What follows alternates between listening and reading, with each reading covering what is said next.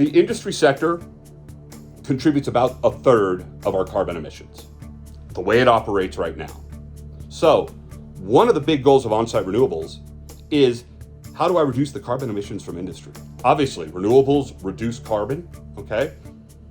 Huge potential impact there. We have to understand how you can plug on-site renewable or renewable generation writ large into facilities so that the process, it melds well, right? How do we make this all work? The systems integration challenges of bringing a non-continuous renewable source to a continuous facility are big. And that is some of the stuff that we're trying to look at here.